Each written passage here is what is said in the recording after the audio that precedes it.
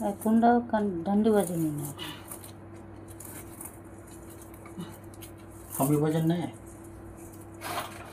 इसका कुछ है तो वजन हो जाएगा असेंबली इंजीली ते मुझे लक्ष्य बेंच ऊपर ऊपर थोड़ा ऊपर कर हाँ साथ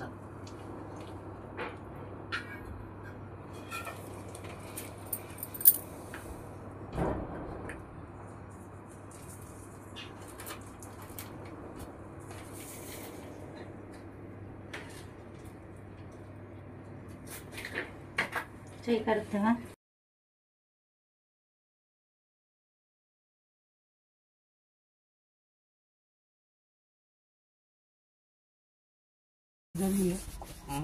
ఇట్లా చెప్పింది ఎవరన్నా గోల్డ్ దొరికిరా అన్నారు కదా ఎవరు చెప్పారు మీతో ఎవరెవరు వచ్చారో వాళ్ళు చెప్పింది వాళ్ళు చెప్పిర్రా మరి వాళ్ళ వాళ్ళని కూడా పిలిపిరా అందరం కలిసి వాళ్ళ ఆధారాలు మరి ఇప్పుడు పిలిపి అన్న మాట్లాడదాం నా దగ్గరకు వచ్చి ఒక్క నువ్వు అడుగుతాను కదా మరి వాళ్ళని కూడా పిలిపి మీరు మాట్లాడదాం చెప్పింది క్లారిటీ తీసుకుంటారు ముందుకు వెళ్తాం అదే అదంటే అన్న నేను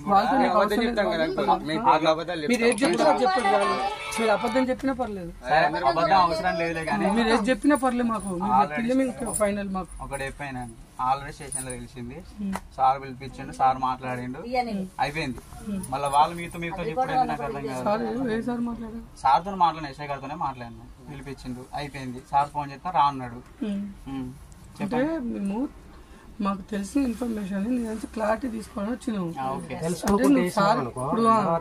మళ్ళీ మీరు ఏమంటారంటే ఎట్లా వేసిండ్రు మమ్మల్ని అడగలే కదా మీరు అంటారు కాబట్టి మనకు కొద్దిగా క్లారిటీ కావాలి సార్ పిలిచి ఏం మాట్లాడారు మరి మాట్లాడండి సార్ కానీ వాళ్ళని పిలిపించి అడుగుతాను మరి వాళ్ళు పోలేదు స్టేషన్ అందుకే నాకు కూడా సార్ ఫోన్ పిలిపించిందా అయితే వాళ్ళు ఫోన్ స్విచ్ ఆఫ్ పెట్టుకున్నారంటే వాళ్ళు పోలేదంట అంటే వాళ్ళు కాదు వాళ్ళు ఏమైనా తీసుకొచ్చిందా వాళ్ళు ఏమైనా తీసుకొచ్చిందా అది తెలియదండి అవన్నీ ఎక్కడ అన్నట్టు సార్ చెప్పినా మేము సార్ గొప్ప చెప్పినా అయిపోయింది ఆల్రెడీ తీసుకుపోయినరు వాళ్ళు చూపించుకొని వచ్చిండు నా ఇక్కడ మంగపేట తీసుకుపోయిన ఎస్ఐ గారు నాగారం కూడా తీసుకుపోయినారు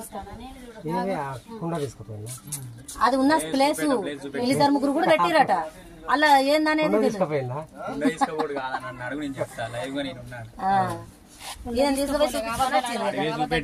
చూపెడితే బాబుని ఫోన్ చేస్తారా అన్నారు ఆ సార్ ఫోన్ చేయడం వాళ్ళని పిలిపి ఈ బోగది ముండా మొత్తం అక్కడెక్కడ మొత్తం కరెక్ట్ కాదు ఆమె మొగుడు ఉన్నాడు ఆమె కారు ఉన్నది ఆమె భర్త ఉన్నాడు ఆమె అల్లుడు ఉన్నాడు ఇదేనా పద్ధతి నువ్వు పోరాళ్ళు దొంగతనాలు తీసుకుపోయినావు అల్లుడు భర్త ఇద్దరు పోయారట కారు వేసుకొని ఇప్పుడు మనం ఇంట్లో నలుగురు ఇప్పుడు మీ నలుగురు మాట్లాడుతున్నాం మీకు ఎట్లా అనిపిస్తుంది ఇదేదో ఉంటేనే వీళ్ళు నలుగురు మాట్లాడిన కాడికి అత్తదా రాదా పోయింది నేను ఒకడు మీ నలుగురు మాట్లాడు అంటే నేను మేనత్తనానో నాకు వచ్చింది తల్లి కదా అని ఈమెకు వచ్చే మరి నాకు కొద్దిగా భయం ఉండాలి కదా నా పిల్లగాని ఏమంటారు అని నేనే కొద్దిగా అనిగి ఉండాలి ఆమెకు భయం లేకుండా ఇవి అయ్యి 5 లక్షలన్నీ దాన్ని అయ్యి 5 లక్షలన్నీ మీరే 2 లక్షలు ఇస్తా అన్నారట 20,000 ఒప్పుకున్నారట 20,000 ఒప్పుకొని అక్కడ పని అయ్యేది ఉంటున్నాం వాటా ఇస్తాం లేదంటే నీకు కిరాయి ఇస్తాం పని కాలే కదా మళ్ళీ 5 లక్షలని పని కాలేదు పని కానప్పుడు ఈ మన ఎట్లా ఎంబడబడుతుంది అయింది పని అయింది కానీ నాకు వాటా అయ్యకుండా 2 లక్షలు ఇస్తా అంటారు మరి ఇప్పుడు వాళ్ళ మొగుడు వాళ్ళ అల్లుడే కదా ఉన్నది వాళ్ళ అల్లునే కూర్చుని పెట్టి అడిగిపోయాలి ముచ్చట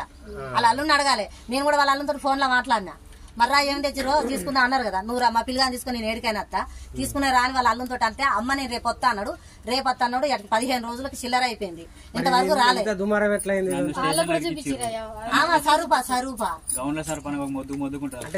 దొరికింది నిజమేనా అది ఏదో సర్వ లాంటివి తీసుకొచ్చారట అందరు కూడా తీసుకుపోయి ఎక్కడ పెట్టిరట ఆ సరూపాలను ఇంట్లో పెట్టిరట మీ ఇంట్లో పొప్పడికాయ చెట్టు కాడ పెట్టినట ఫస్ట్ మా బండి కిరాయికి రమ్మన్నాడు సార్ రమ్మంటే ఎవరైనా ఈ ప్రేమ బండి కిరాయికి రాని అంటే పోయినాం సార్ ఎక్కడికంటే మహారాష్ట్రం పోవాలి ఇట్లా సంగతి అని అంటే దేనికంటే ఇట్లా కిరాయికి రారాదు అని అంటే పోయినా సార్ కిరాయికి ఆడికి పోయినాక ఇక ఆ సంగతి తెలిసినాక ఆయన అన్నాడు కదా ఇట్లా చెంబు ఉన్నది నీకు కూడా అలా బాగా ఇస్తా అని అంటే ఆ చెంబు బయటికి తీసిండ్రు సార్ తీసినాక మళ్ళీ ఆడి నుంచి పట్టుకొని వచ్చి ఇంటికాడ దాన్ని మళ్ళీ పాతి పెట్టినాం సార్ పాతి పెట్టినాక తీసినాక దాంట్లో పూజలు చేయాలి మా పునస్కారాలు ధన చార్జ్ ఉన్నది అని కోళ్ళు ఒక 3 రోజులు కోళ్ళు కోపించిండు సార్ 3 కోళ్ళం కోసినాం సార్ రోజుకో కోడి 3 కోళ్ళం కోసినాక మళ్ళీ దియ్యం అంటే అది ఇట్లా తీయొద్దు నేను తర్వాత తీస్తా అని మళ్ళా అట్నే ఉంచండి సార్. ఉంచినాక ఏమైందంటే మళ్ళా ఆ బిల్లలన్నీ తీసుకున్నాడు సార్. అలా ఉట్టిదే ఉన్నది ఏమి లేదు అని మళ్ళీ అబద్ధం చెప్పిండు సార్. మళ్ళీ బిల్లలు ఉన్నాయని మళ్ళీ చెప్పిండు సార్. ఇవన్నీ జోకించుకొచ్చింది సార్. జోకించుకొచ్చినాక ఒక్కొక్కటి 23 తులాలు ఉన్నది సార్. ఒక బిల్ల 23 తులాలు ఉన్నది. మాకు అంటే ఇయ్యనంటాడు సార్. నువ్వు ఎక్కడ సిఐకి చెప్పుకుంటావా, ఎస్ఐకి చెప్పుకుంటావా, చెప్పుకోపో, పోదాంపా నేను వస్తా అని అంటాడు సార్. మా పరిస్థితి ఎట్లా? ఇప్పుడు డీజిల్ పోసుకొని మా పైసలు పెట్టుకొని తిండి తికానా లేకుండా మేము తిరిగినాం సార్. ప్రేమ అయితే నేను ప్రేమ ఎక్కడికి రా బండి కారు కిరాయికి అడుగుతాను అని అన్నా. అంటే మహారాష్ట్రం పోవాలక్క అర్జెంటు అన్నాడు. అంటే ఎందుకురా నాకు చెప్పని దారానంటే నేను వచ్చినాక చెప్తాక్క, మీరు బాగుపడతారు నా మాట వింటే మంచిగా అని అన్నాడు. అని ఎట్లంటే సరేలే అని నేను అన్నా. సరే మరి జాగ్రత్త పోయి రాండి అని చెప్పినాక ఏమైంది, పోయినాక అడిగిపోయినాక ఇటు సంగతి అని నాకు చెప్పారు. చెప్తుంది మరి బంగారం అంటే మంచి ఉంటుంది, షెడ్ ఉంటుంది, కొద్దిగా జాగ్రత్తగా ఉండండి అని నేను చెప్పినాక తీసుకొని వచ్చినాక మా ఇంటికనే పెట్టిరు. ఒక నిమిషం ఇక అనేసి మరి అది బంగారం అంటే మంచి ఉంటుంది, షెడ్ ఉంటుంది, అది మంచిగా చూసి తెచ్చుకోండి, మరి అన్ని జాగ్రత్త రండి అని నేను చెప్పినాక సరేలే అని వచ్చినాక మా ఇంటికి వచ్చినాక మా ఇంటికి అడబెట్టినాక 3 అయింది. తెల్లారుజాను 3 అయినాక ఆ లతున్న అమ్మాయి అన్నది లత అన్నది కదా, మరి పంచుకుందాం పట్టు, మళ్ళీ ఆడిడ పెట్టుడు ఎందుకు, మనం తెచ్చినప్పుడు ఏం కాలే కదా మనకి అనేసి నేను చెప్పిన. లత అన్నది నేను అన్నాక లేదు దాని మీద ధన పిశాచి ఉన్నది అక్క, దాన్ని 3 కోళ్ళం కోయాలి 3 రోజులు కోసినాక మనం తల ఇంత ఎవరి దాన్ని పంచుకుందాం, నేనే పంచిస్తా, మీరేం బాధపడకుండా, దాని మీద ధన పిశాచి ఉంది, ఏమన్నా అయితే రేపు రక్తం కక్కుని సత్తారు, రేపు ఏదన్నా ఎట్లయినా నన్ను అంటారు అనేసి అని అన్నాడు. అంటే నేను అన్నా కదా, మరి ఏమోరా మీ ఇష్టం, మీరు తెచ్చిన వాళ్ళు మీ ఇష్టం అనేసి నేను తెచ్చిన వాళ్ళు మీ ఇష్టం, మరి ధన పిశాచి ఉందంటాను, రేపు ఏది ఎట్లయినా ఎట్టలతా వద్దులే, ఇదొకసారి మరి ఉందో అటు తెలిసినోడు వానికి కనపడుతుంది అన్నాడు, బంగారం నాకు కనపడుతుందని మిమ్మల్ని తీసుకొని పోయిండు, మరి వాని మాట వినకపోతే ఎట్లా, వాని మాట వినుండి అని నేను చెప్పినాక నా మాట విని పట్టుకుపోయి వాళ్ళ ఇంటికన్నా పెట్టుకున్నాడు. పప్పటి చెట్టు కింద దోమి పెట్టుకున్నాక 3 రోజులు 3 కోళ్ళం కోపించిండు సార్.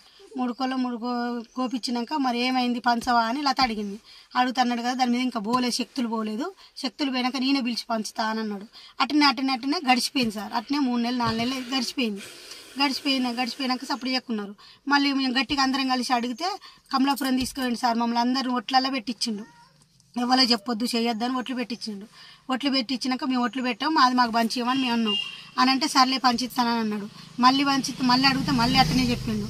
ఇక మళ్ళీ తర్వాత మొన్న అందరం పోయి అడిగితే నేను పిలిచి గట్టిగా అడిగిన, ఇంటికి పోయి నేను గట్టిగా అడిగినందుకు నువ్వు ఎస్ఐకి చెప్తావా సిఐకి చెప్తావా, ఎవరికాడికి తీసుకోపోరా తీసుకోపోతాపా నేనే పోతాపా అని బండి తిప్పంగానే మరి అంత ధైర్యంగా ఎస్ఐ సిఐలు మరి నీకు అందరికి తెలిసినాక మరి మమ్మల్ని ఎందుకు ఇట్లా బెదిరిస్తానో, మరి ఇస్తానని రాదు, లేకపోతే లేదని రాదు, లేకపోతే ఏదైనా మందన్న దాగి సత్తాం నువ్వు చేయబట్టి, లోకానికి అంతరు డూబడబ్బ చేసిర్రు, మాకు ఇచ్చింది లేదు సచ్చింది లేదు, 5-6 రోజులు తీసుకొని పోయాం కిరాయి అని ఆయన కిరాయిలు దోకుండా బతికి చేసినావు, మమ్మల్ని బతకకుండా చేస్తాను సాగకుండా చేస్తాను ఇందిరా, నువ్వు చేయబట్టి నీ మందాయి సత్తా అని నేను అన్నా.